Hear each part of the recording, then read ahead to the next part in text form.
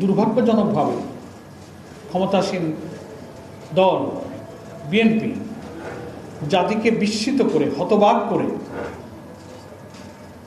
জাতির কাছে দেওয়া তাদের যে প্রতিশ্রুতি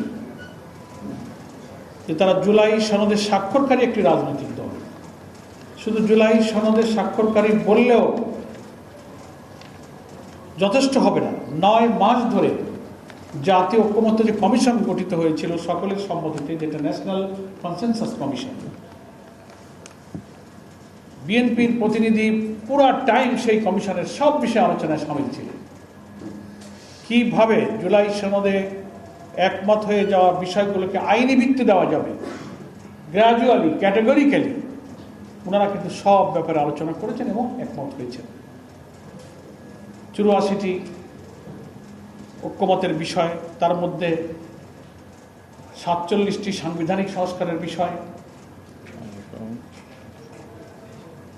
এগুলোর আইনি ভিত্তি দিতে গেলে একটা প্রেসিডেন্সিয়াল অর্ডারের প্রয়োজন। জুলাই জাতীয় সনদ এর একটা প্রেসিডেন্সিয়াল অর্ডার, রাষ্ট্রপতির আদেশ প্রয়োজন। সেই আদেশ তারপরে এটা গণভোটে যাবে, সেখানে হায় জয়যুক্ত হলে সরকারের গেজেট অনুযায়ী সংবিধান সংস্কার পরিষদ গঠিত হবে, সেখানে এটা অনুমোদন হবে এবং সংশোধিত এটা সংবিধানের অংশ হিসেবে তফসিলে অন্তর্ভুক্ত হবে। কিন্তু ওই যে আমি বলেছি, হতবাক এবং বিস্মিত জাতি, জুলাই সনদে স্বাক্ষরকারী একটি দল সংবিধান সংস্কারে, রাষ্ট্রীয় কাঠামো পরিবর্তনের মৌলিক বিষয়ে ওনারা নোট অফ ডিসেন্ট দিলেন, কিন্তু গণভোটে যে 4টি প্রশ্নে জনগণ, প্রায় 5 কোটি মানুষ যে ভোট দিল, এই গণভোটের এই ব্যালটে কিন্তু নোট অফ ডিসেন্ট নেই। 5 কোটি মানুষ ভোট দিয়ে কিন্তু তাদের নোট অফ ডিসেন্টকে খারিজ করে দিয়েছে।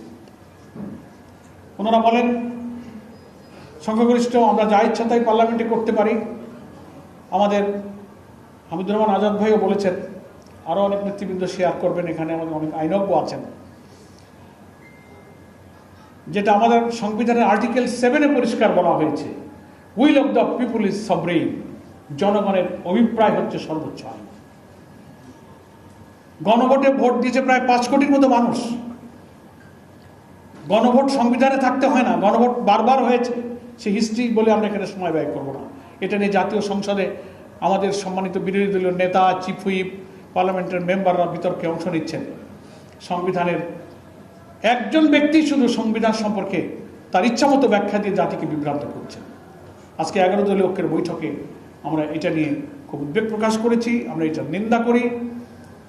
দেশের বড় বড় আইনজ্ঞ, সংবিধান বিশেষজ্ঞ, রাজনীতি বিশ্লেষকরা পার্লামেন্টের বাইরে গোল টেবিল করছেন, সেমিনার করছেন, তাদের এই ব্যাখ্যা যে ঠিক নয়, জনগণের অভিপ্রায়ের উপরে যে কোনো আইন চলে না, তার যথেষ্ট আইনি ব্যাখ্যা কিন্তু তারা দিচ্ছেন। সাংবাদিক বন্ধুগণ এবং দেশবাসী, আমরা মনে করি এই সংকট বিএনপি তৈরি করেছে, ফলে এই সংকট তাদেরকেই সমাধান করতে হবে এবং সেই সমাধানের রাস্তা কিন্তু বন্ধ হয়ে যায়নি। পার্লামেন্টে সেশন চলছে, আমাদের পরিষ্কার 11 দলীয় ঐক্যের কথা হচ্ছে, যেটা পার্লামেন্টে আমাদের নেতৃবৃন্দ বলছেন যে বিএনপি